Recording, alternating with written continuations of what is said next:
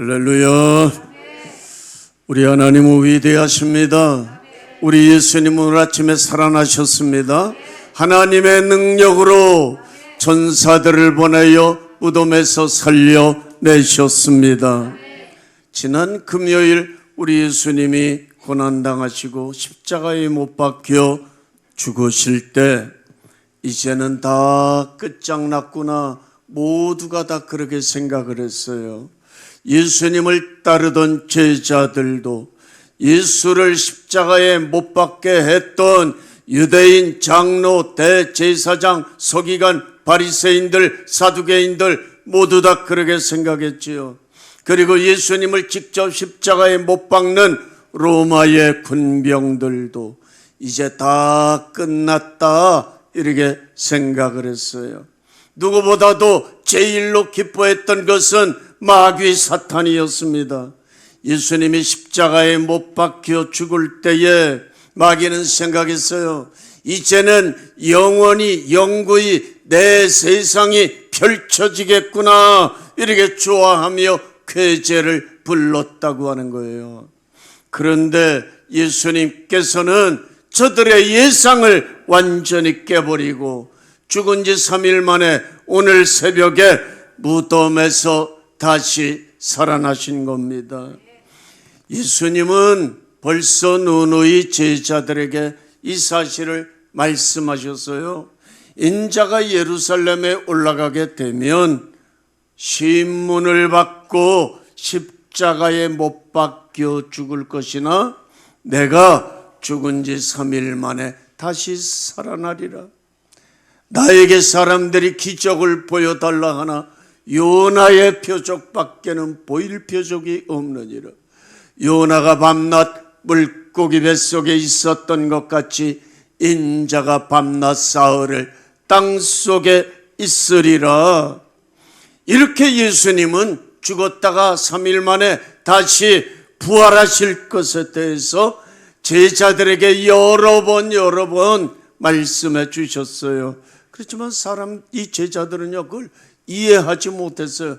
아니, 사람이 죽으면 그만이지 어떻게 다시 살아날 수 있단 말인가? 아마 주님께서 어떤 비유로 아니면 어떤 다른 내용으로 우리들에게 말씀하셨지만 우리가 이해하지 못하는 것뿐이야. 그런데 예수님이 죽는다고 하니까 주여 그럴 수 없나이다 하면서 예수님이 죽는다고 하는 건 말렸던 것이 제자들의 모습이지요. 그러나 예수님은 당신의 말씀대로 죽은 지 3일 만에 무덤에서 살아나심으로 사람들의 고정관념을 완전히 깨버리셨습니다. 사람들이요, 예수님이 부활하셨다고 하는 사실을 나중에 알게 됐어요. 예수님을 십자가에 못 박으라, 그렇게 사람들이 난리를 쳤죠. 그런데 오순절날 성령을 받았던 베드로를 비롯한 성도들이 방언으로 설교를 하며 말하며 예수님이 죽은 자 가운데서 3일 만에 부활하셨다고 하는 사실을 선포할 때에 사람들이 어찌할꼬, 우리가 어찌할꼬 가슴치며 회개하고 예수를 믿게 되어졌던 것입니다. 우리 교우님들, 부활이라고 하는 이 단어는 타종교회는 없는 말이에요. 우리 기독교에만 있습니다. 왜 그렇습니까? 타종교회는요, 이 죽었다가 다시 살아난다고 하는 내용이 1.1핵도 없어요.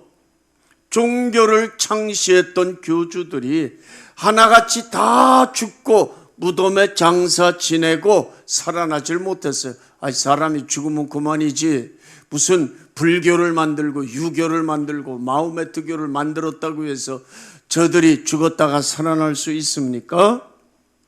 유교의 창시자 공자님은요, 사람이 죽은 다음의 세계는 언급할 수가 없었어요. 왜요? 알지 못하니까. 그래서 공자님의 제자 중에 자사라고 하는 사람이 있었는데 물어봤어요. 선생님, 사람이 죽은 다음에 어떻게 되는 것입니까? 물어봤더니 공자님이 대답하기를 생이 부지요 사후 계지라.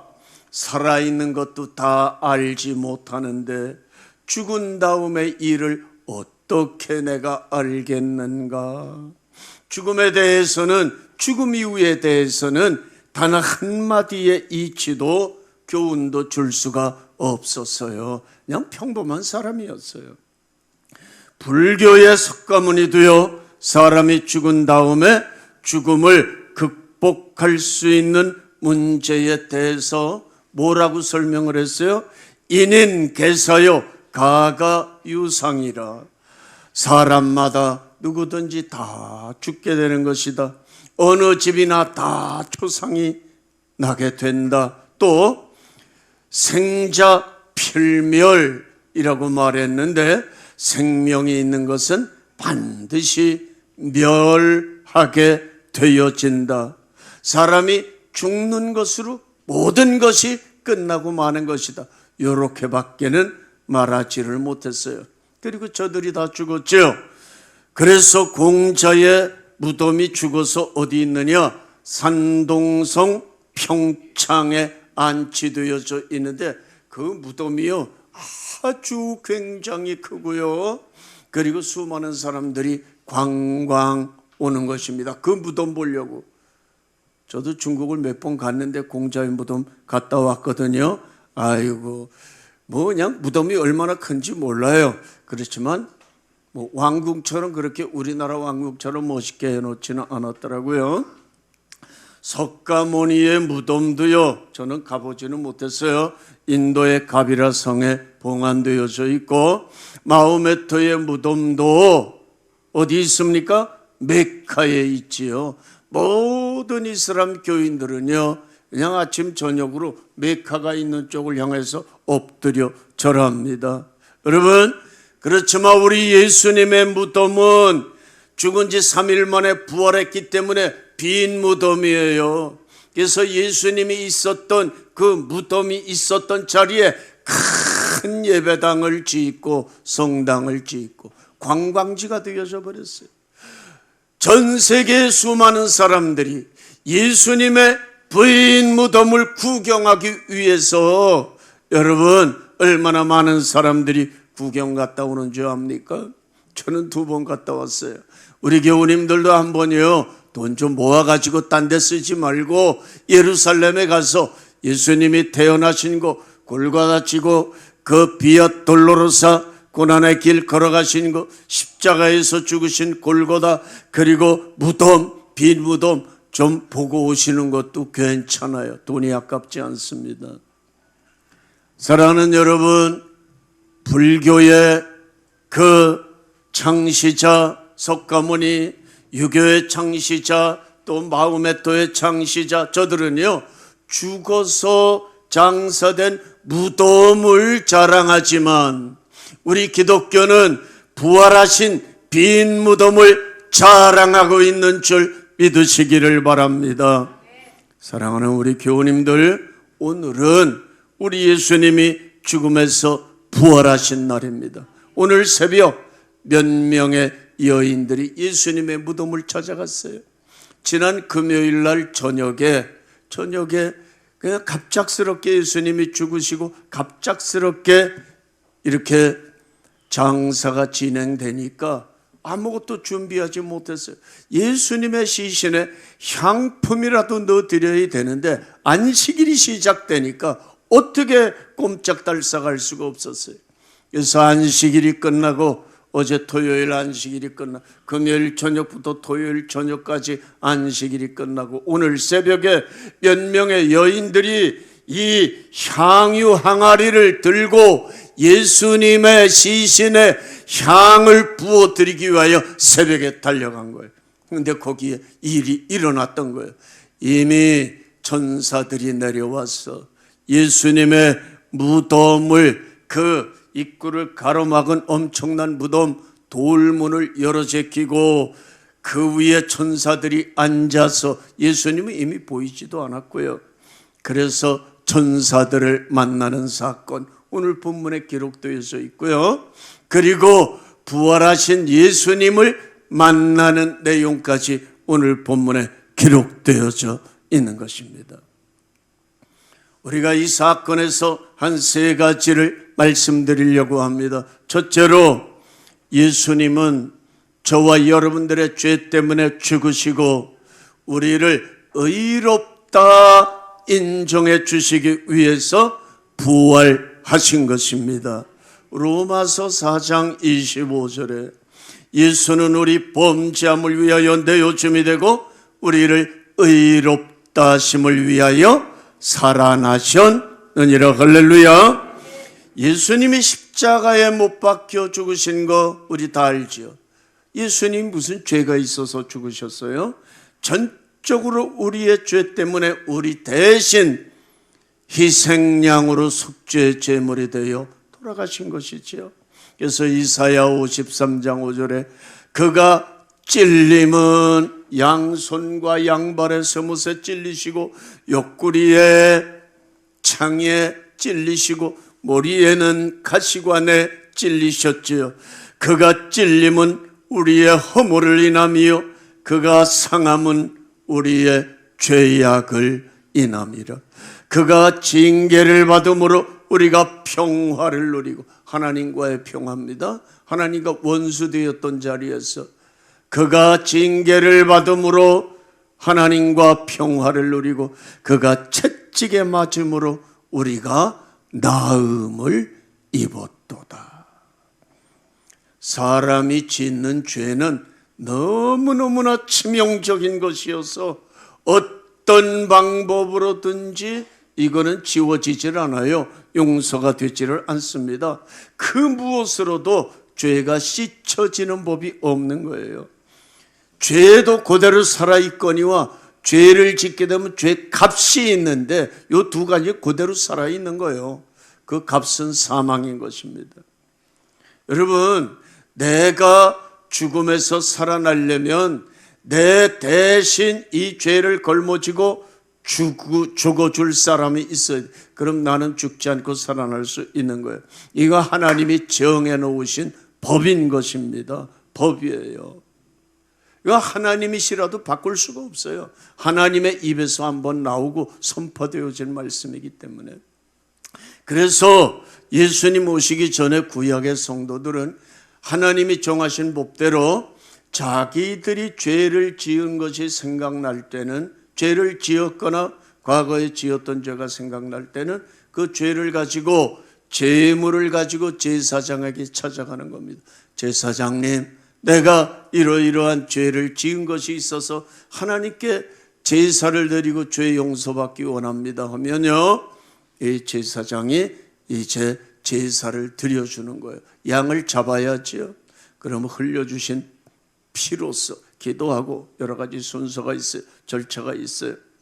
그러면 그 사람의 죄가 용서되는 것으로 알았어요. 용서된다고 그랬으니까요.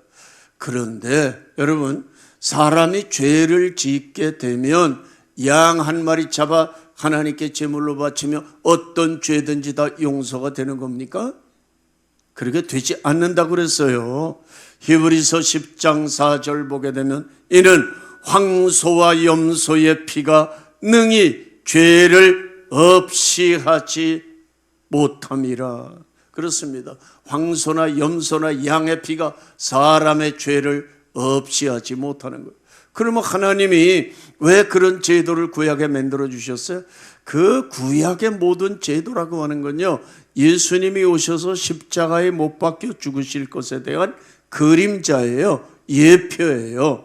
그러므로 구약의 성도들이 하나님 앞에 죄를 짓고 제사를 드렸을 때 그 죄가 없어지는 것이냐? No, 아닙니다. 그 죄는 하나님 옆에 자곡자곡 쌓여져 있는 거예요.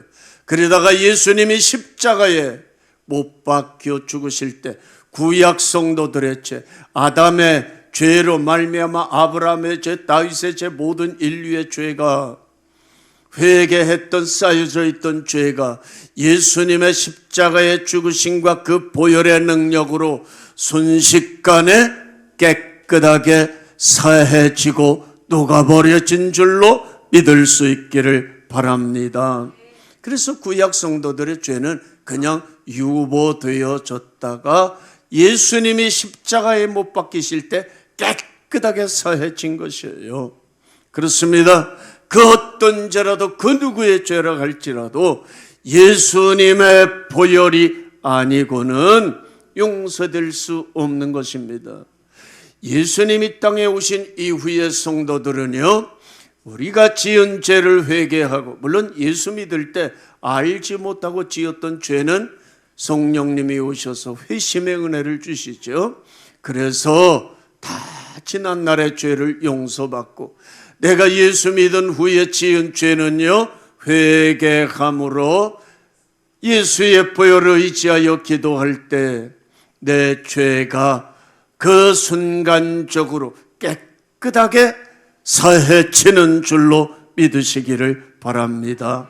사랑하는 여러분, 이와 같이 예수님의 십자가는 우리의 죄를 깨끗하게 사해 주시는 것이고, 예수님 죽은 지 3일 만에 부활해 주셨는데, 죽은 자 가운데서 다시 살아나셨는데, 그건 우리에게 어떤 은혜를 주시는 것이냐? 우리를 의롭다 함을 주시기 위해서 살아나셨다 그랬어요. 그러므로 예수님의 부활하심은 우리가 하나님 앞에서 정식적으로 죄 없는 자, 의롭다 인침받고 칭의의 은혜를 주시는 줄로 믿으시기 바랍니다. 그러므로 우리는 걱정할 게 없어요. 이제 우리가 예수 믿기만 하면 죄 용서함 받고 하나님 앞에 의인으로, 너는 이제 죄인이 아니고 의인이야, 이렇게 인정받게 되는 것입니다. 이건 우리의 어떤 선행이나 공로나 착한 행실이 있어서가 아니라 예수님의 십자가의 죽으심과 부활로 말미암아 우리에게 거저 주어지시는 은혜인 줄로 믿으시기 바랍니다. 그래서 예수의 십자가 보혈은요, 우리에게 반드시 필요한 거예요. 이 은혜를 주시려고 죄로 말미암아 영원히 죽을 수밖에 없는 우리들을 살려주시려고 하나님께서 예수 그리스도를 이 땅에 보내주신 줄로 믿으시기 바랍니다. 그래서 하나님의 선물이신 예수님을 우리는 아멘 하고 받아들이면 죄가 사해지고 의롭다함을 얻게 되는 줄 믿을 수 있기 바랍니다. 두 번째로, 예수님의 부활은요, 역사적인 사실이에요. 누가 지어낸 게 아니에요. 어떤 소설가가 소설을 쓴 것도 아닙니다. 우리나라 조선시대에 일본 사람들이 야욕을 품고 우리나라를 삼켜버리고, 더 나아가서 중국까지 삼켜버리고, 우리나라 중국을 삼켜버리는 발판으로 삼으려고 야욕을 먹었죠. 그래가지고요, 우리나라 쳐들어올 계획을 갖고 있는 것을 누가 알았어요? 유명한 이순신 장군이 그걸 먼저 캐치를 했어요. 그래서 거북선 만들고요, 군사들을 훈련했고요, 예상대로 적군이 쳐들어왔을 때, 여러분, 이 밑으로 온 게 아니라 위로 올라와서 다 먹어버렸어요. 그런데 이 전라도 지역의 이순신 장, 전라 좌수사 아닙니까? 이거는 먹을 수가 없어요. 그래가지고 결국은요, 실패하고요, 돌아가서 정권이 실각하고 말았어요. 실각하고 말았습니다. 그래서 이순신 장군이 이제 결국 돌아가셨지만, 그 해전에서 돌아가셨지만, 일본 사람들 그 완전히 초토화돼서 다 죽지 않았습니까? 그 사실이 우리나라의 역사예요. 초등학교, 중학교, 고등학교 가면요, 역사책에 다 기록되어져 있는 거예요. 그런데요, 이순신 장군이 외정분리친 거 여러분들 보셨어요? 100년 전으로 돌아가서, 150년 전으로 돌아가서 보셨습니까? 200년 전에 가셔서 본 사람 아무도 없어요. 근데 그거 어떻게 믿을 수 있어요? 안 봤는데? 여러분, 거북선 봤습니까? 거북선 다 파괴되고 한 척도 없어요. 근데 우리가 그걸 어떻게 믿지요? 책에 기록됐잖아요. 이 역사책에 쭉 기록이 되어져 있는, 기록되어진 역사책을 보고 우리가 알 수 있고 전에 내려오는 전승에 의해서 알 수 있는 것입니다. 마찬가지로 예수님이 십자가를 지시고 죽은 지 3일 만에 부활하신 것도 이건 역사라고 하는 거예요. 분명한 사실입니다. 이 놀라운 일은 아무도 모르게 저 깊은 산 속에서 일어난 것이 아니라 지금부터 2000년 전에 저 유대 땅 예루살렘 한복판에서 일어난 사건이에요. 이거는요, 누구도 부인할 수 없는 것이에요. 그 당시에 세계를 지배했던 민족이 로마 민족이었는데 로마 시대에 유대 땅 베들레헴에서 일어난 일이고 이 사실은 다 역사에 기록이 되어져 있는 것입니다. 예수님은 부활하신 다음에 즉각적으로 하늘에 올라가신 게 아니에요. 이 땅에 한 달 열흘 동안 40일 동안 계시면서 너희들 믿음 없는 자가 되지 말고 믿는 자가 되어라. 내 모습을 봐라. 의심하지 말고 나 만져봐라. 너희들에게 먹을 거 있느냐? 이리 가져와라. 내가 먹어볼게. 제자들 앞에서 음식을 잡수시기도 하시고 만져보게도 하시고, 그래서 의심했던 도마가 예수님 이리 와라. 너 못 믿는다고? 네 손을 내밀어서 내 옆구리 창자국 만져봐라. 내 손에 아직도 상처가 그대로 있어. 내 이 손바닥에 목구멍에 네 손가락을 넣어봐라. 그랬더니 주여 무릎을 꿇고 주는 나의 주시며 나의 하나님이십니다. 이렇게 믿을 만한 증거를 주셨어요. 이 땅에 40일 동안이나 계시면서 믿을 만한 증거를 주신 겁니다. 그리고 40일째 되는 날 우리 예수님께서 감람산에서 수백여 명이, 한 500여 명이 보는 가운데 하늘로 올라가셨던 것입니다. 사랑하는 여러분, 예수님이 죽어 장사 지냈을 때에 예수님을 죽게 했던 그 유대인들이 뭐라 그랬는지 아세요? 혹시 예수님의 제자들이 예수님의 시신을 훔쳐다가 예수는 죽었다가 다시 살아났다 유언비어를 퍼뜨릴지 알지 못하니 총독에게 군사들을 보내어 예수의 무덤을 지키게 해주세요. 그렇게 요청을 했어요. 그랬더니 정말로 로마의 군병들이 와서 예수님의 무덤을 창검을 가지고 지키고 있었어요. 그 유대인들의 무덤은 우리나라처럼 봉분이 아니라 산을 이렇게 깎으면요, 이렇게 벽이 생기죠. 거기에다가 돌 무덤을 파는 것입니다. 돌로 돼 있음.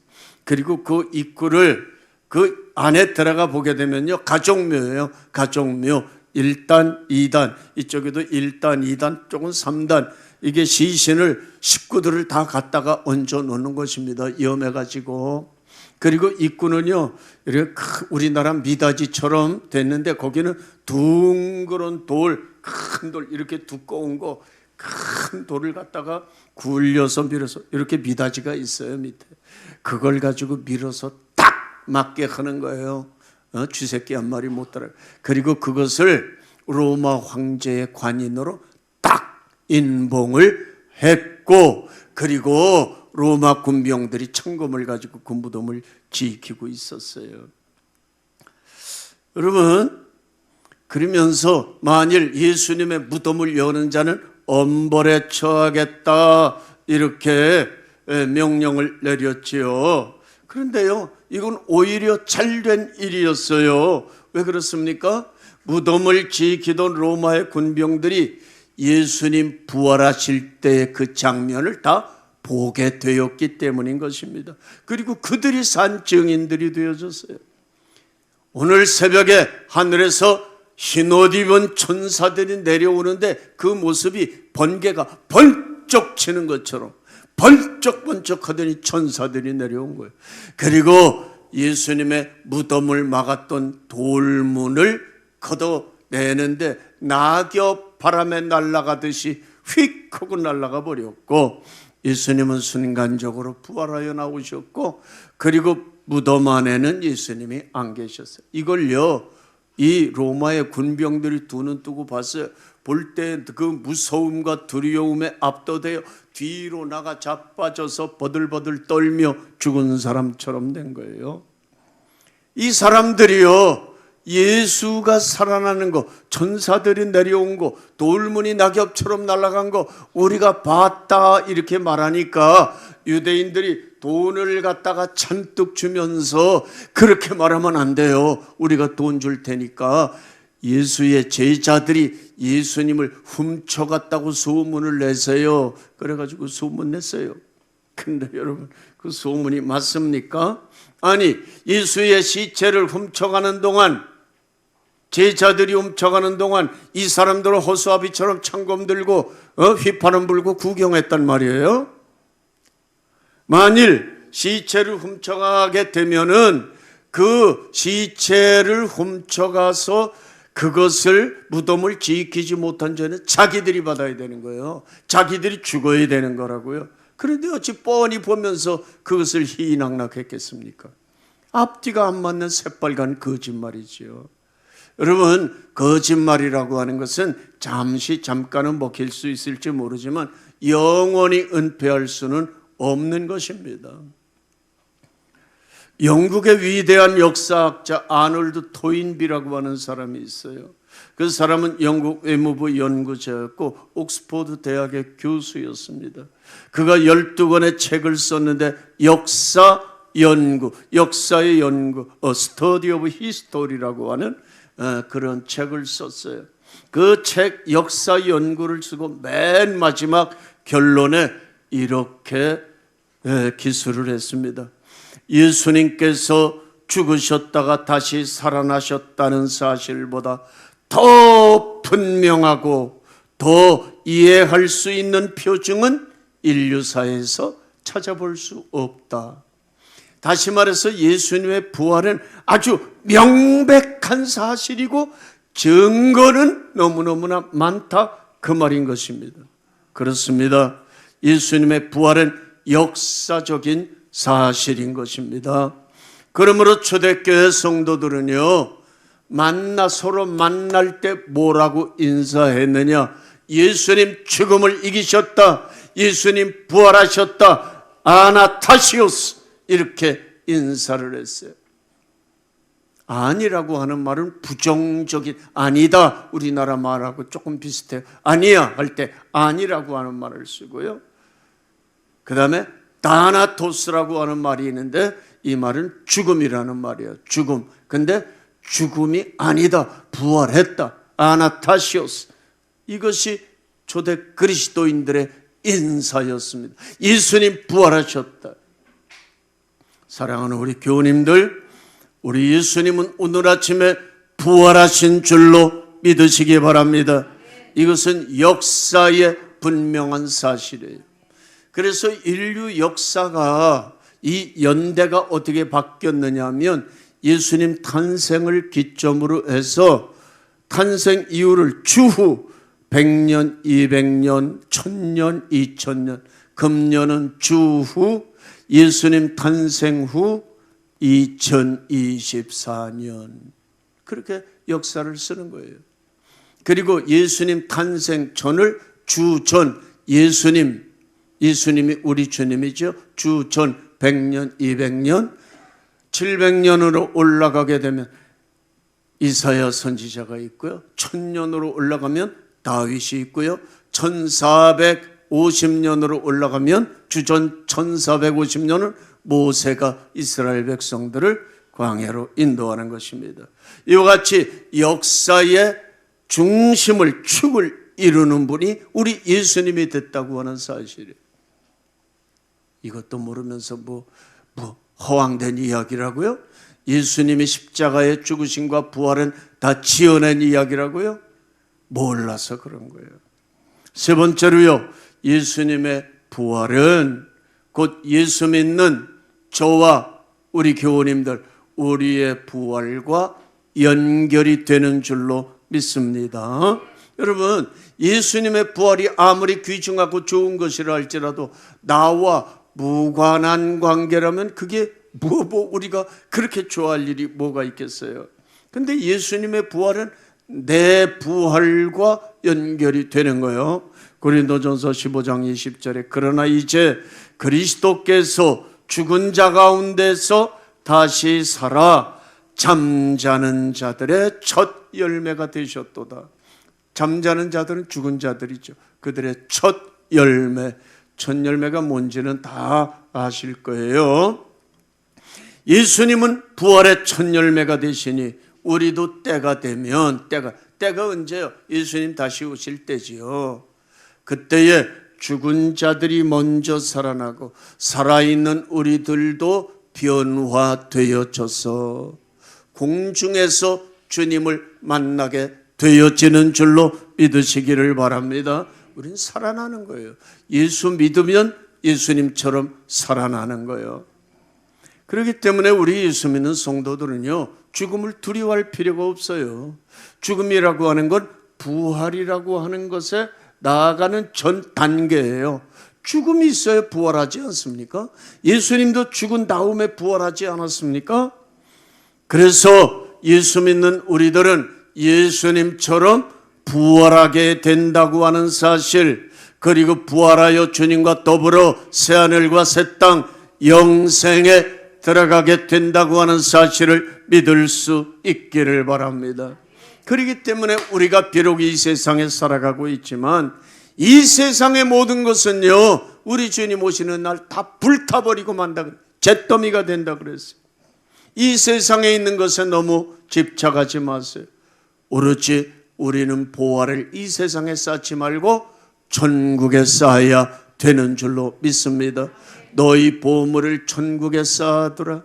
이 세상에 쌓아두게 되면 조미 나고 동록이 나고 그리고 도종이 구멍을 뚫고 도둑질 하느니라. 우리 교우님들 영원한 하늘나라에 보화를 쌓을 수 있기 바랍니다. 보화가 무엇입니까? 귀중한 것입니다. 내 시간 드리고 내 물질 드리고 내 생명 드리고 내 재능 드리고 여러분 하늘에 보화를 쌓을 수 있기 바랍니다. 주의 일에 열심 내시기 바랍니다. 복음 전파 하나님의 일에 최선 다하시기를 바랍니다.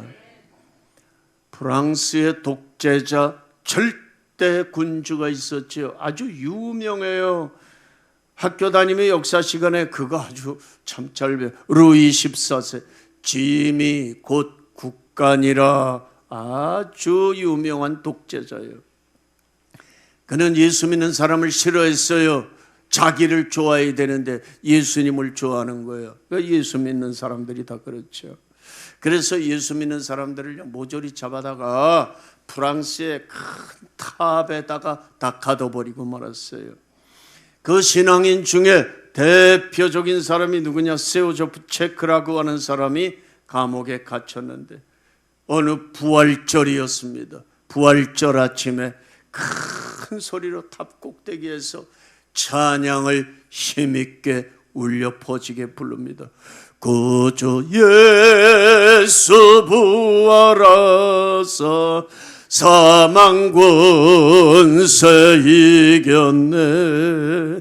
이렇게 힘있게 찬송을 하니까 루이 14세가 말이죠, 그걸요 밑에서 들었어요. 그리고 양심의 가책을 느끼게 되는 겁니다. 그래, 예수님이 부활하셨는데 하고요, 그 그리스도인들을 다 석방해 준 줄로 믿으시기 바랍니다. 뭐 때문에? 예수 그리스도 부활하셨다는 찬송 때문에. 여러분들 지금 어떤 감옥에 있습니까? 질병이라는 감옥에 있습니까? 가난이라고 하는 감옥에 있습니까? 여러분들에게 감옥을 만들어주는 어떤 환경이 있습니까? 모두 다 주님께 맡기시고 세오조프체크와 같이 우리 예수님 부활하심을 힘있게 찬송하시기 바랍니다. 감옥에서 나오는 역사, 석방되는 역사, 해방되는 역사가 있게 될 줄로 믿으시기 바랍니다. 예수님께서 부활하심으로 믿는 자들의 첫 열매가 되셨으니 누구든지 예수를 믿으면 예수님처럼 죽었다가도 다시 살아나게 되는 것입니다. 할렐루야. 이 부활의 기쁨과 소망을 주신 우리 예수님께 감사하시고 위대하신 우리 하나님을 찬양하시기 바랍니다. 이 부활의 은혜가 우리 교우님들의 마음속에, 삶 속에 넘치시기를 주의 이름으로 축원을 드립니다.